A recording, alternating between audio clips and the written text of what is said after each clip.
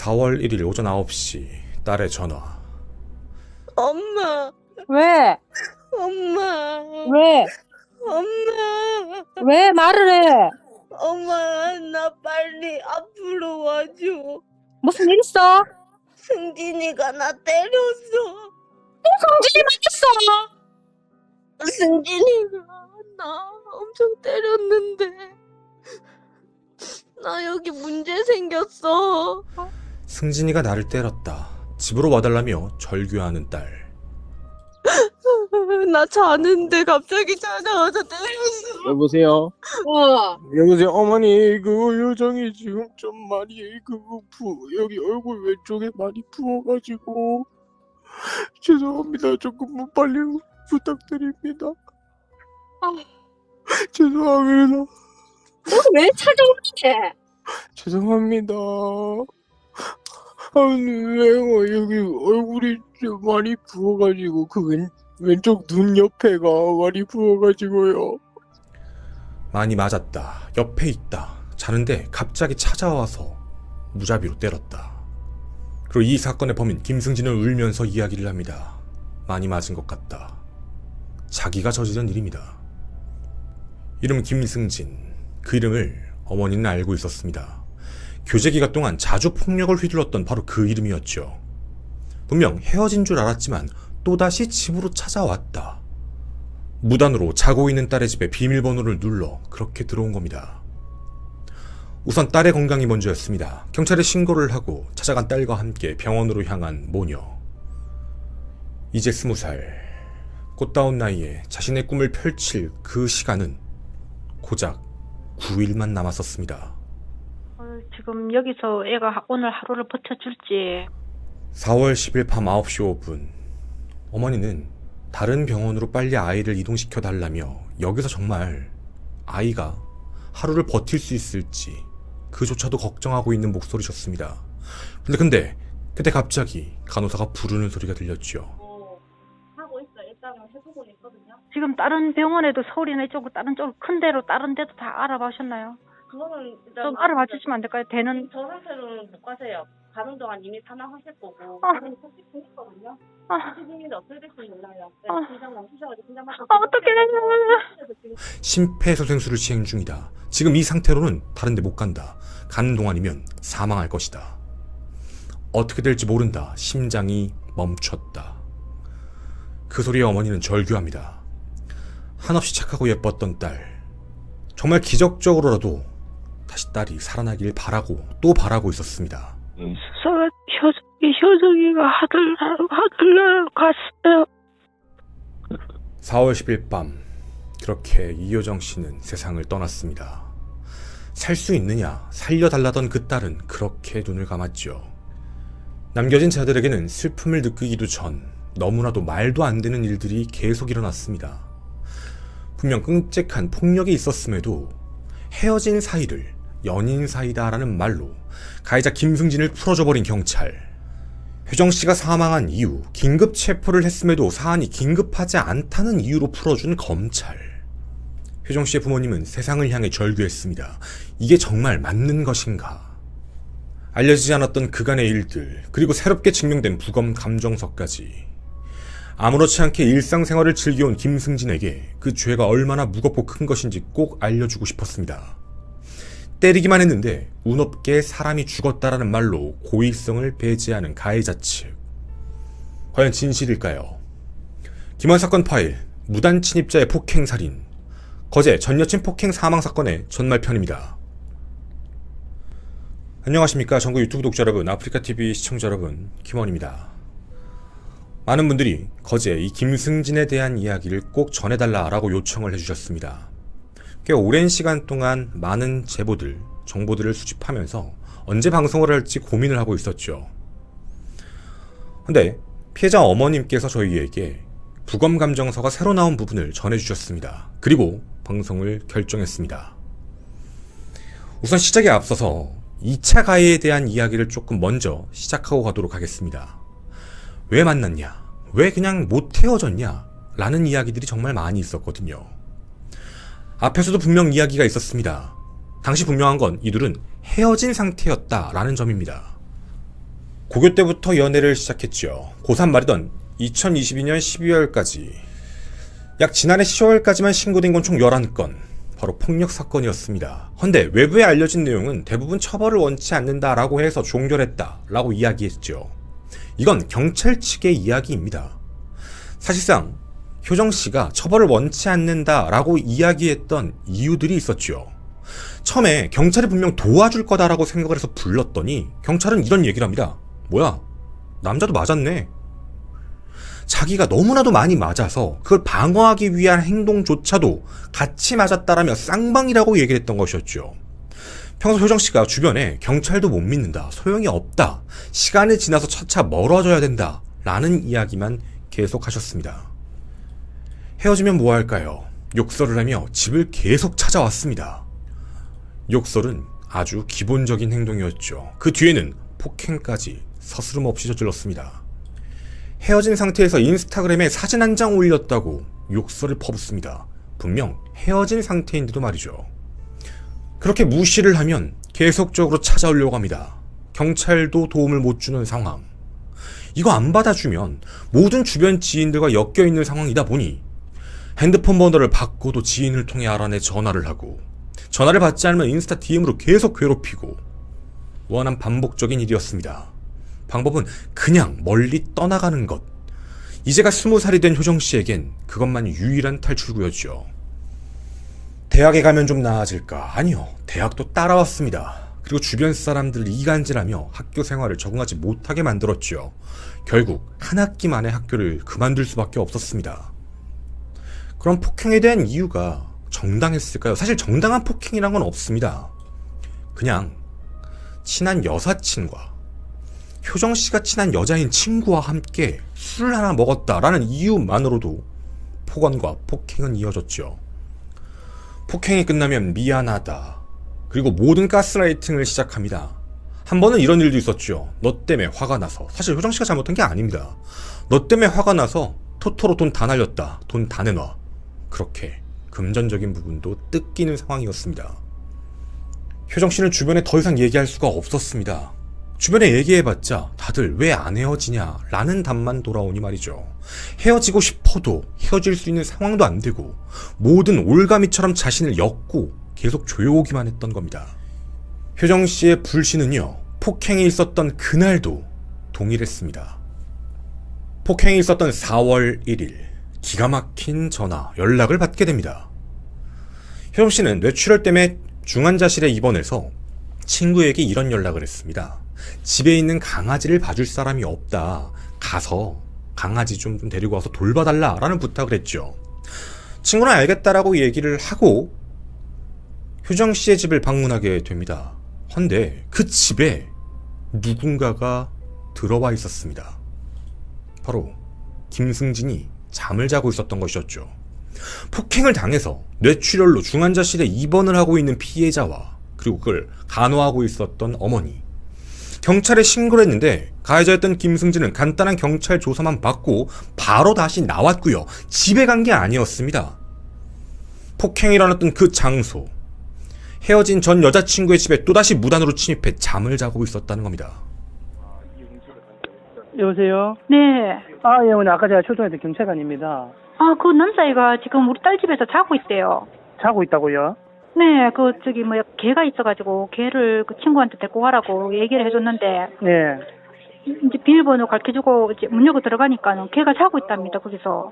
아니, 아까 어머님이 그 집에 오셨을 때, 따님이 연락을 받고 집에 가셨을 때, 네. 그 남친구랑 그 어머님은 따님 모시고 병원을 간 거고 남친구 같이 밖에 나와 있었었어요. 근데 지금, 이렇게 우리 딸 친구가 개를 데리러 갔는데, 네. 자고 있대요, 거기서. 아, 저희가 가서 확인을 하고, 따님 친구분이 그 따님이 키우는 개가 걱정이 돼서 그 개를 데리러 가니까, 그 다음 지금 김승진이 자고 있다는 말씀이신가요? 네, 우리는 지금 둘이 연인 사이 아니거든요. 네, 당연히 경찰은 알지 못하는 내용이었죠. 아, 그래요. 한번 가보겠습니다. 이게 전부였습니다. 자, 효정씨는 누구에게 부탁을 해야 됐던 상황일까요? 자신을 그렇게 끔찍하게 폭행했던 가해자를 신고했더니 그냥 풀어주고 다시 집에 오게 만들었습니다. 여러분 모두에게 부탁드립니다. 2차 가해에 대한 생각을 조금만 접어주셨으면 좋겠습니다. 대부분 이런 사건들의 피해자는 헤어지고 싶어도 헤어지지 못하는 상황, 그리고 주변 모든 사람들의 그 손가락질, 아니 네가 그렇게 하면 됐는데 왜 그랬어? 라는 말 때문에 심지어 가족에게까지도 자신의 상황을 전달하지 못하는 그런 고립적인 상황까지 가게 됩니다. 자, 그럼 사건의 그날 어떤 일이 있었던 걸까요? 우선 폭행을 했다라고 이야기하는 김승진은 왜 폭행을 했는지 그 이유, 그거부터 한번 알아봐야겠습니다. 4월 1일 경찰서에 갔던 김승진은 폭행의 이유에 대해서 이런 말을 했습니다. 연인 사이고, 그리고 여자친구가 약속을 안 지켜서 때렸다 라는 말을 했습니다. 정말 황당한 부분은요, 약속을 한 게 아무것도 없었다라는 겁니다. 이 이야기를 듣고 그냥 풀어준 거였죠. 4월 1일 오전 8시경 경남 거제시 한 원룸, 술에 취한 김승진은 비밀번호를 눌러 무단으로 침입을 하게 됩니다.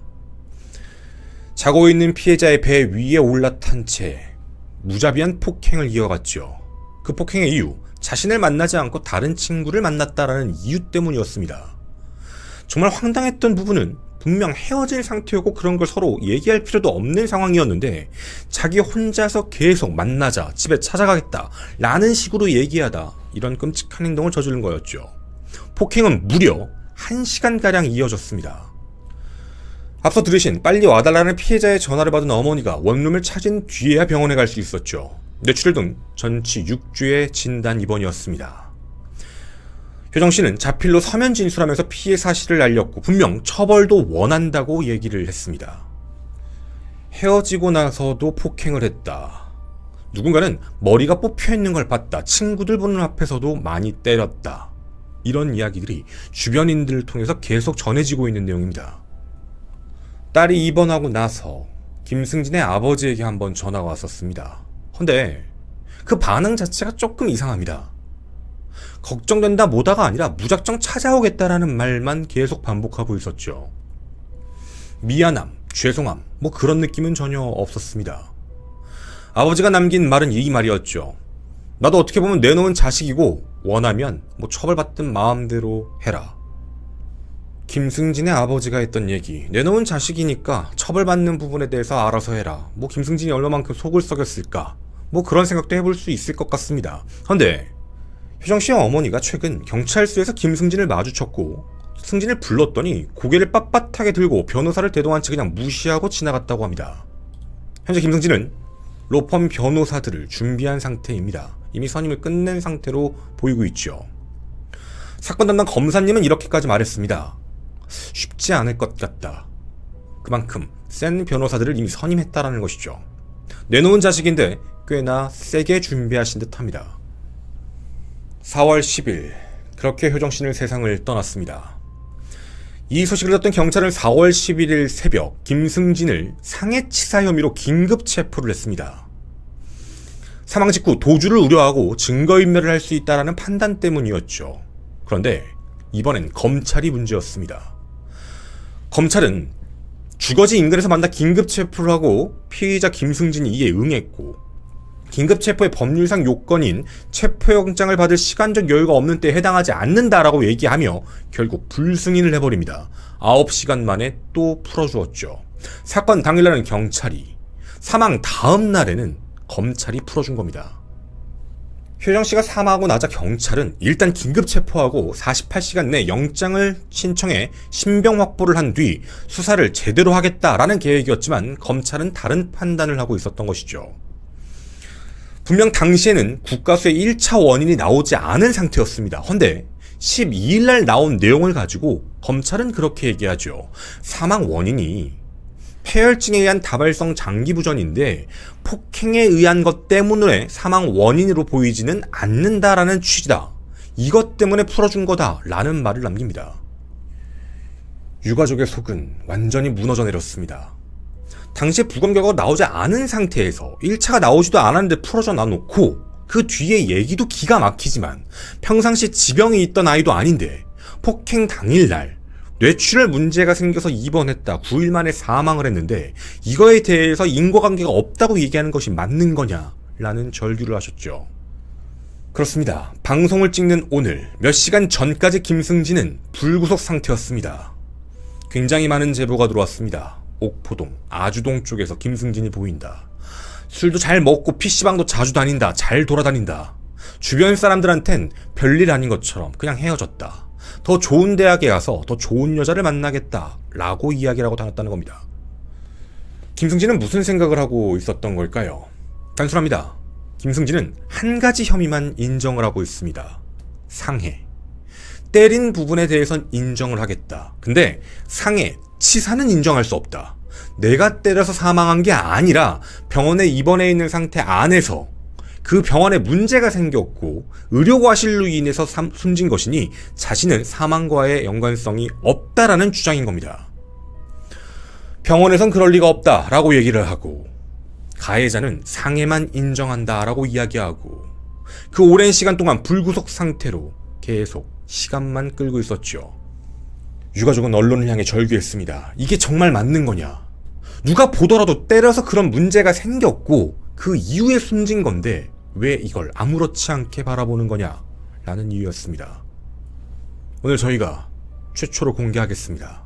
5월 14일 정밀부검 감정서입니다. 정밀부검 감정서는 앞서 나왔던 내용을 모두 뒤집었습니다. 전신 염증 반응 증후군으로 추정되며 머리 손상에 합병증일 가능성이 높다. 바로 뇌출혈 때문에 이런 상태가 발생됐다라는 뜻입니다.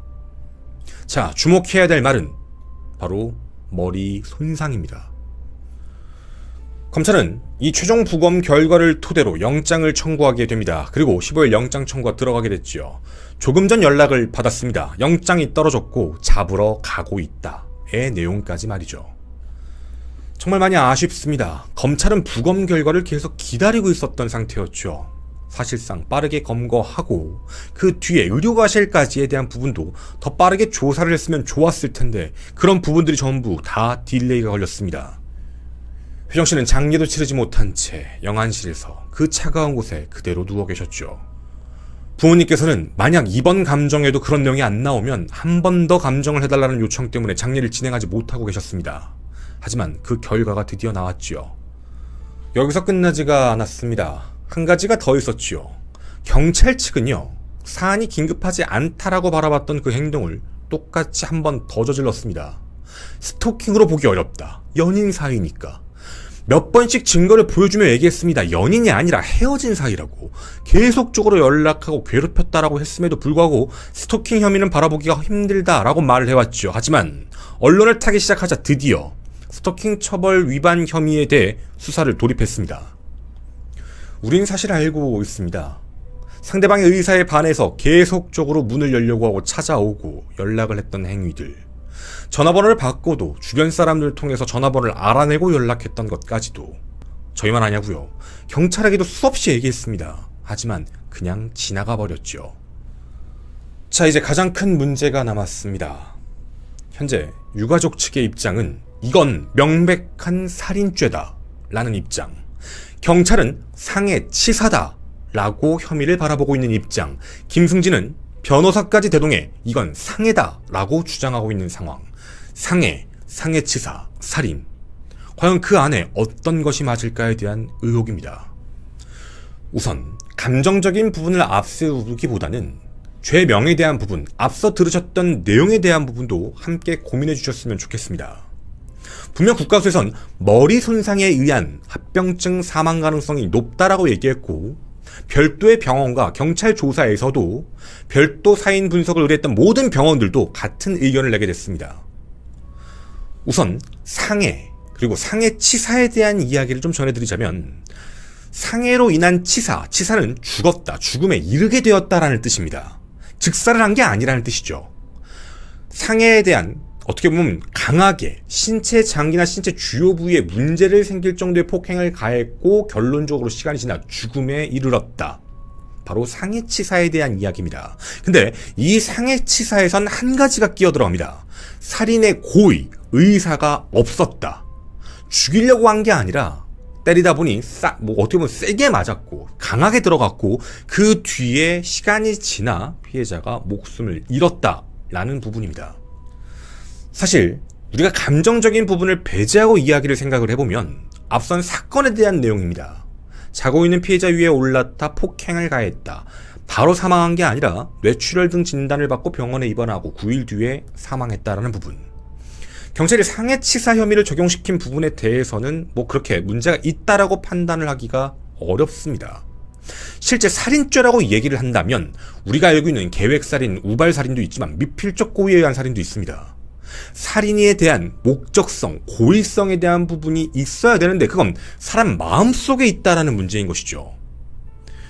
과거 저희가 함께 진행을 했던 부산 돌려차기 사건의 이현우. 머리 부분을 지속적으로 공격한다라는 건 누구나 경험칙상 사람이 목숨을 잃을 수 있다라는 걸 알 것이다 라는 혐의로 살인 미수 혐의가 적용되었죠. 검찰은 이 부분을 분명 증명을 해내야만 합니다. 폭행 당시의 강도나 폭행의 행위가 어느 정도 지속됐는지에 대한 문제, 이 모든 것들이 함께 받아들여져야지만 살인죄에 대한 고의가 있었냐 없었냐에 대한 걸 판단할 수 있다는 것이죠.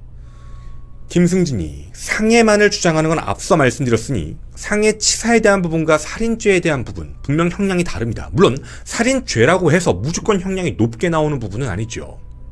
혹시 여러분은 기억하시나요? 과거 건대 앞에서, 서울 건대 앞에서 있었던 태권도 선수 3명의 폭행 사건.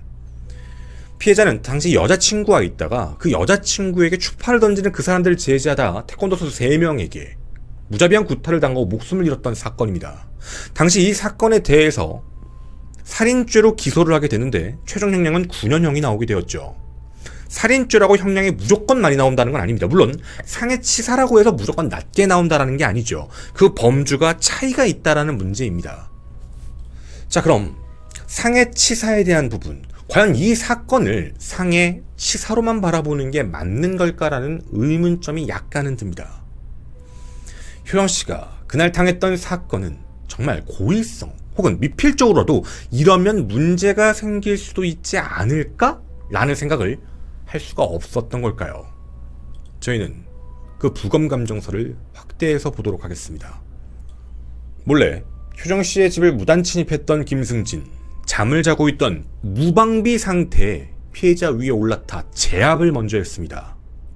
그리고 뺨을 때리는 폭행을 가한 사실까지는 기록이 분명 보입니다. 네, 뺨을 때리는 행위에 대한 부분, 폭행, 어느 정도 인정할 수 있습니다. 그런데 문제는 그 다음입니다. 양손으로 목을 조르는 행위를 수에 반복했다고 합니다. 의식을 잃게 했다가 때리고 깨우고 다시 또 의식을 잃게 하다가 때리고. 우린 모두 다 알고 있습니다. 사람의 목을 조르면 죽을 수도 있다는 걸 경험칙상 모르는 사람은 아무도 없죠. 그 끔찍한 행위를 반복했던 겁니다. 어쩌면 고문에 가까운 행위였죠. 그리고 그 다음 하나가 더 있습니다.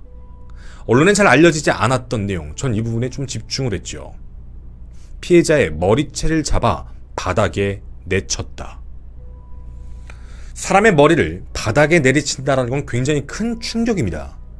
이 정도의 충격이라면 우리가 얘기한 대로 뇌출혈이 올 수 있는 건, 그리고 그 위에 문제가 생길 수 있다는 건 누구나 알 수 있는 상황이죠. 단순한 폭행이 절대로 아닙니다. 단순 상해라고 보기에도 너무나도 고의적이었다는 것이죠. 고문 행위를 하면서 지속적으로 계속 폭행을 했습니다. 얼마 동안 했는지 여러분 알고 계시죠? 이 글이 짧게 끝난 게 아닙니다. 1시간입니다. 무려 1시간 동안 이런 행동을 반복했다라는 것. 과연 살인의 고의성이 아예 없었다, 정말 상대방에게 문제가 생길 것이다 라는 걸 예측하지 않을 수가 있었을까요? 살인의 고의성이 아예 없는 폭행, 상해 정도라고만 바라보는 게 맞는 걸까? 당시 충격이 바로 현장에서의 죽음과 직결된 정도가 아니었다라고 하지만 뇌출혈이었습니다. 시간이 지나면 분명 문제가 생길 수 있을 만큼의 상태였죠. 이젠 국가수도 그 부검 결과로 인해, 행위로 인해 사망했을 가능성이 높다라고도 얘기를 하고 있습니다.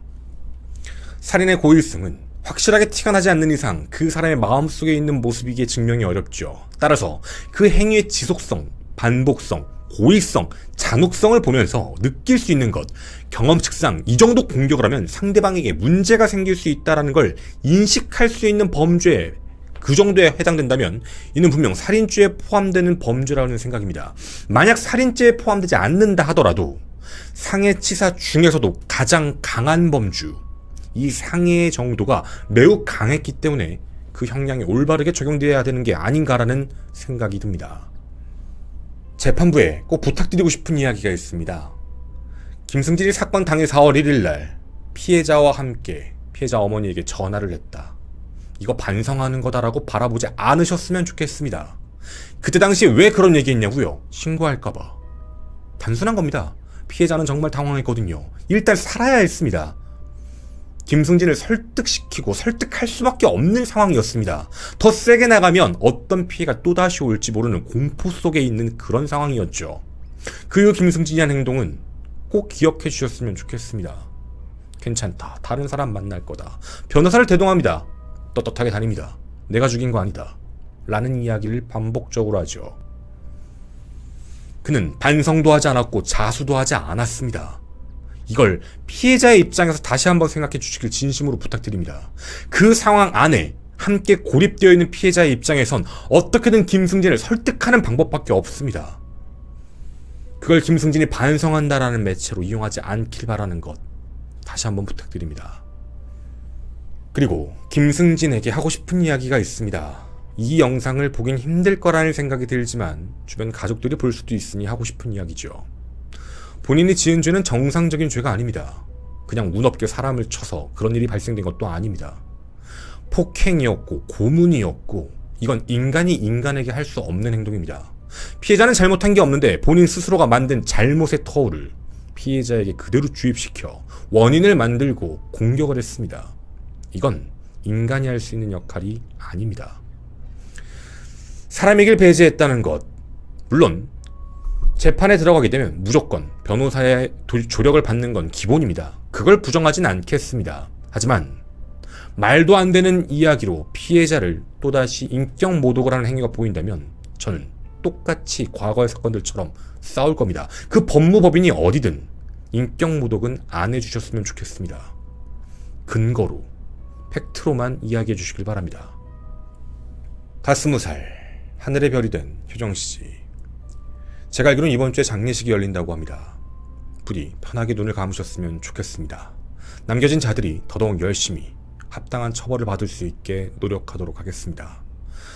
삼가 고인의 명복을 빕니다. 저는 김한 사건 파일의 김원이었습니다. 감사합니다. 네, 뒷이야기 가겠습니다. 일단 2차 가해에 대한 부분 때문에 아까 잠깐 얘기를 했는데요.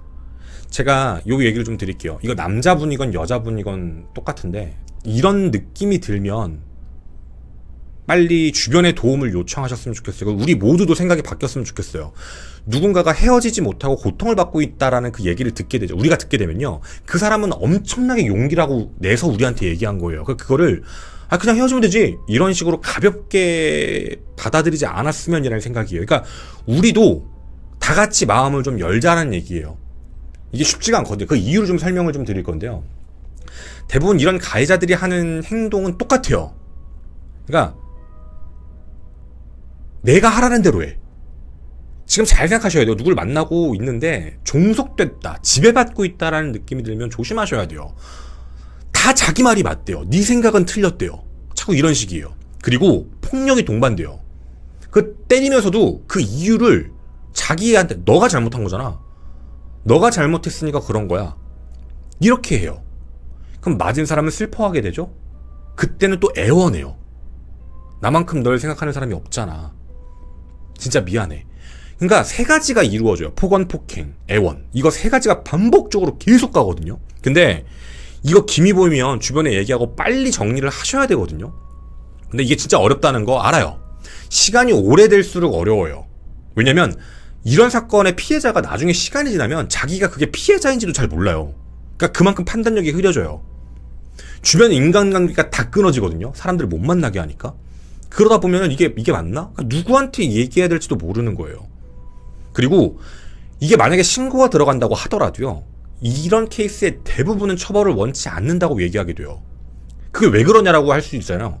처벌이 약하니까 막 나오니까 보셨잖아요. 경찰들이 대처하는 게 막 그렇게 돼버리면 사람 멘탈이 나가요. 또 하나 대부분 이런 관계는 대부분 전 연인 관계가 많기 때문에 지인 혹은 직장 이 모든 정보를 다 알아요. 막 이런 식으로 있다 보니까 내가 괜히 이거 내가 헤어지면 되는, 내가 그냥 자연스럽게 멀어지면 되는데 신고했다가 반발하면 어떡하지?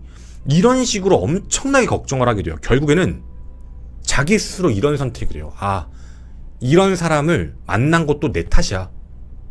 자기 스스로 그래요. 그리고 그 사회적 시선에 대한 것도 또 이제 부담을 느껴요.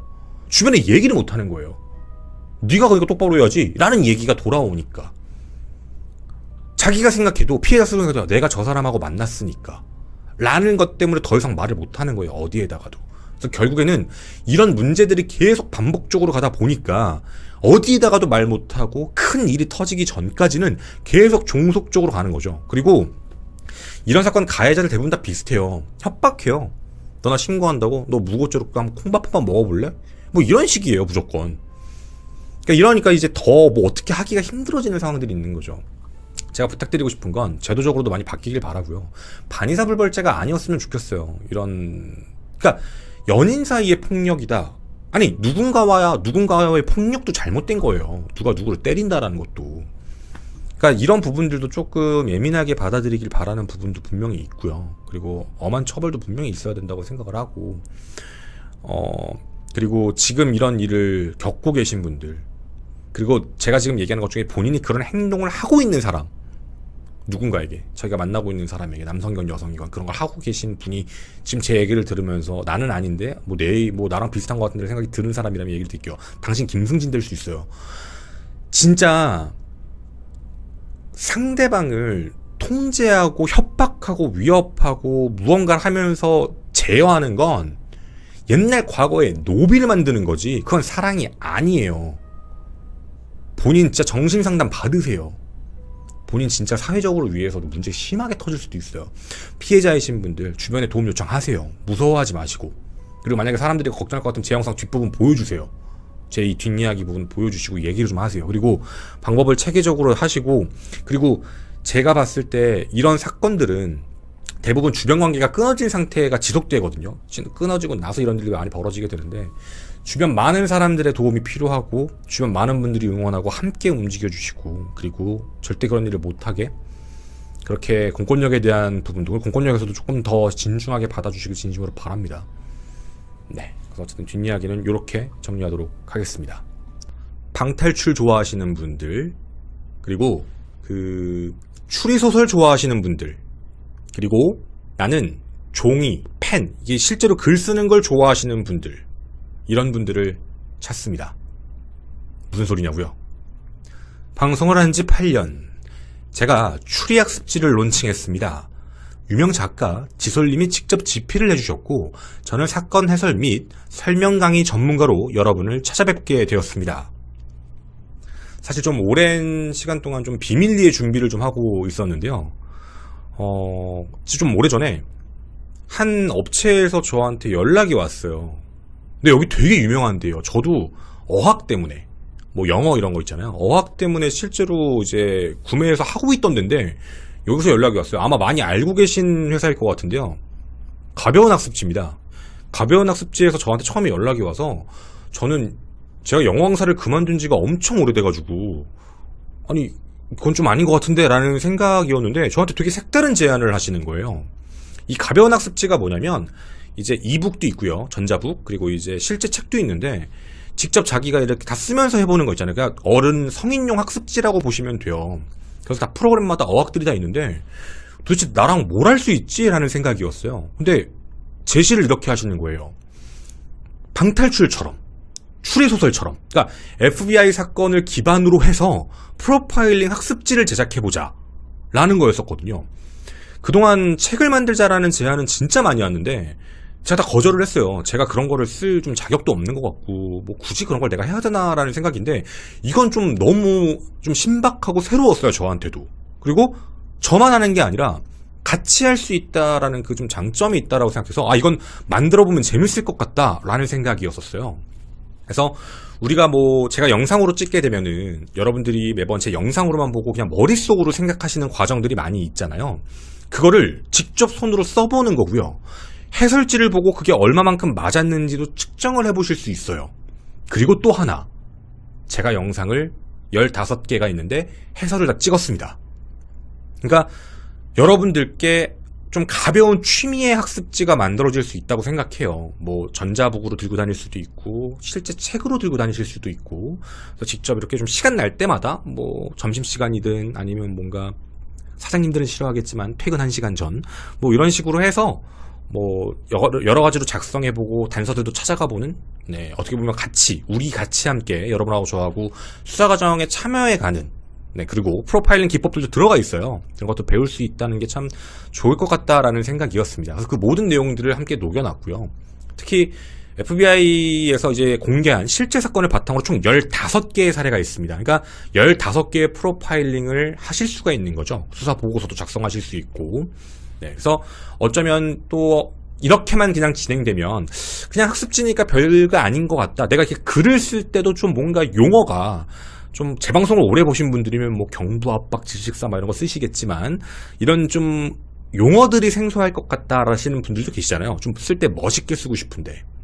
그래서요, 법의학 사전 같이 어떻게 보면 사건 풀이에 도움될 만한 그 키워드들, 그 전문 단서집도 준비를 했습니다.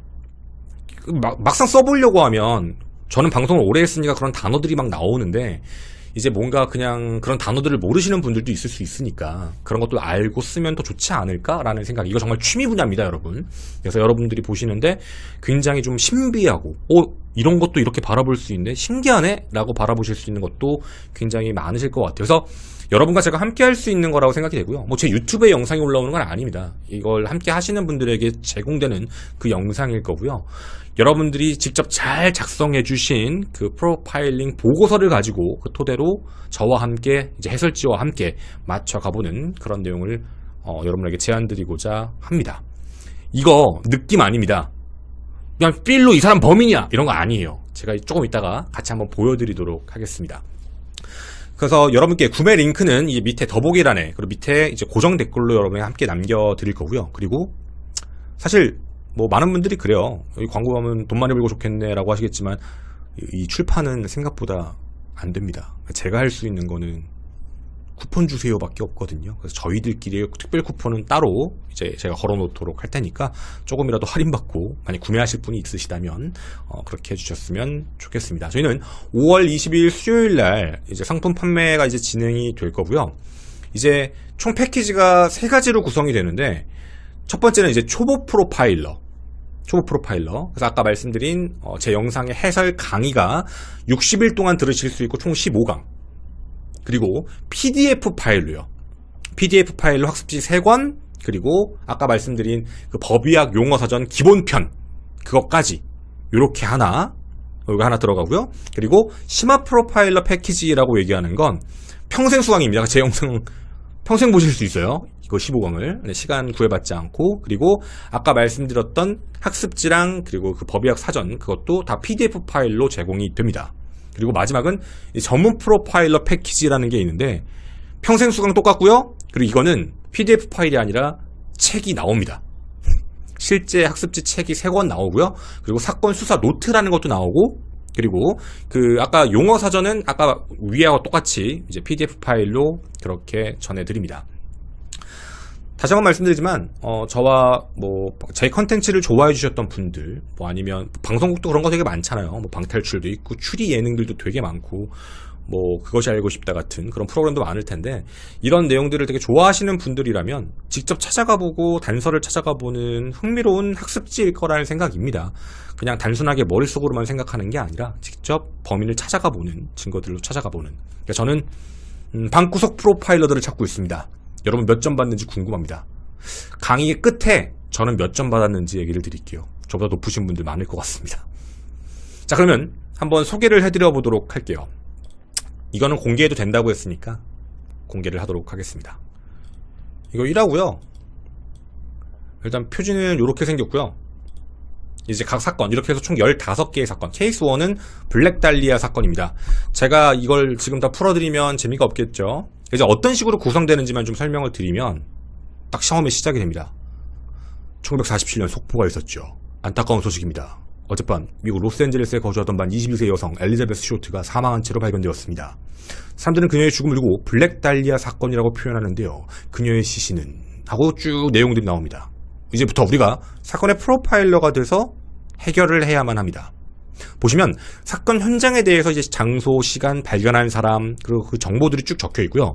현장 기록들도 이렇게 쭉 적혀 있게 돼요. 그럼 여러분은 이 정보를 가지고 뭐 하시냐면 첫 번째 프로파일링을 하셔야 됩니다. 이 정보들을 가지고 실제 살인 장소가 어딜지, 방법은 뭘지, 용의자는 과연 누가 있을지를 쭉 작성을 해보시면 됩니다. 여러분이 여기다 이거 작성을 끝내놓고 나면 그 뒤에 또 다른 한 가지 또 힌트가 나오게 되는 시스템이에요. 힌트들이 나오고 그 힌트로 뭐 여기 적혀있는 Q&A가 있죠. 이걸 가지고 여러분들이 쭉 작성을 해주시면 됩니다. 그리고 사망자의 신원 및 연관 있는 사람들, 뭐 어떻게 보면 용의자일 수도 있죠. 그 용의자들의 말들이 쭉 적혀있어요. 의심 가는 거 다 쓰시면 돼요. 이거 좀 이상한데? 이 사람 말 어디가 안 맞는데? 막 어딘가 논리적이거나 시간적이거나 이런 착오가 있어요. 그걸 다 찾아내셔야 돼요. 근데 생각보다 찾기 힘들어요, 여러분. 해설지 보면 헐 이럴 때가 있어요. 헉 이러면서. 아무튼 그런 부분들이 묘하게 들어가 있습니다. 그리고 이제 사체 부검서를 보면서 좀 더 현장에 딥하게 들어가서 또 여기에 대한 정보들을 쭉 찾으시죠. 그리고 추가 단서를 딱 던져줍니다. 그 다음에 이제 여러분이 뭐 하냐면 용의자를 추려내셔야 돼요. 용의자가 3명이 있다. 자, 그러면 이 사람이 범인일 가능성이 별 5개 중에 몇 개일까? 그 이유는 뭘까? 쭉 적어요. 두 번째 용의자. 범인일 가능성은 별 몇 개? 세 번째 용의자 별 몇 개? 그 이유들. 그렇게 하고 프로파일 리포트를 마지막에 여러분이 쭉 작성합니다. 위에 나와 있는 내용대로 토대로 쭉쭉쭉 작성하시면 돼요. 쭉. 그리고 여러분은 최종적으로 마지막에 뭘 하셔야 되냐? 코난 놀이를 하셔야 됩니다. 그래. 범인은 바로 땡땡땡이다. 여기에 그 이름을 작성하시면 1화가 끝납니다. 그리고 해설지를 보셔도 되고요. 만약 친구들과 함께 하시면 같이 돌려봐도 난 좋을 것 같아요. 뭐 친구들끼리 3명이서 하면 3명이서 했다 라고 얘기를 하면은 너 쓴 거 줘봐, 너 쓴 거 줘봐 돌려다 보고 뭐 얘기해 보셔도 될 것 같고, 이런 거 좋아하시는 분들이 계시면 그렇게 해서 나중에 최종적으로 여러분이 이제 해설지를 보시면 되고요. 해설지 플러스 이제 제 강의 영상도 있을 겁니다. 이런 식으로 뭐 이런 게 있고 저런 게 있고 여기에는 뭐 프로파일링 기법 중에 뭐가 있고 막 이런 얘기들이 막 나갈 거예요. 그렇게 되면 여러분은 이 사건을 완전히 체득하게 됩니다. 참고로 말씀을 좀 드리자면 실제 사건을 기반으로 했고요. 일부 픽션에 대한 내용도 좀 들어간 것도 있습니다, 여러분. 네, 완전히 100% 똑같다 이런 얘기를 하는 건 아니고요. 그 줄기는 똑같고요. 자, 그렇게 해서 제작이 되었습니다. 네. 그래서 5월 22일부터 판매가 되고요. 그 아마 자세한 내용은 22일날 페이지가 오픈되면 거기에 다 적혀 있을 거예요. 언제 제공된다. 강의는 언제부터 제공이 된다. 뭐 이런 식이 다 적혀 있을 거니까 그렇게 편안하게 보시고 여러분들 구미에 맞게 그렇게 골라주시면 좋지 않을까라는 생각입니다. 주제 넘게 처음입니다. 뭐 사실 뭐 미스테리 책도 내자, 사건도 내보자 여러 가지 제안이 있었지만 좀 안 맞는 것 같아서 다 거절을 했는데 이거는 여러분들하고 함께 할 수 있을 것 같다라는 생각 때문에 선택을 했어요. 재미도 있을 것 같고 뭐 저도 그렇게 크게 부담감도 없고 그래서 자신있게 여러분들께 소개해 드리는 거니까 좋게 봐주셨으면 좋겠습니다. 네, 그래서 많이 추천 부탁드리고 주변에도 많이 홍보해 주십시오. 감히 단언컨대 이렇게 말씀드리겠습니다. 세상에 이런 학습지는 없었습니다. 취미 분야의 추리, 프로파일링 학습지는 이게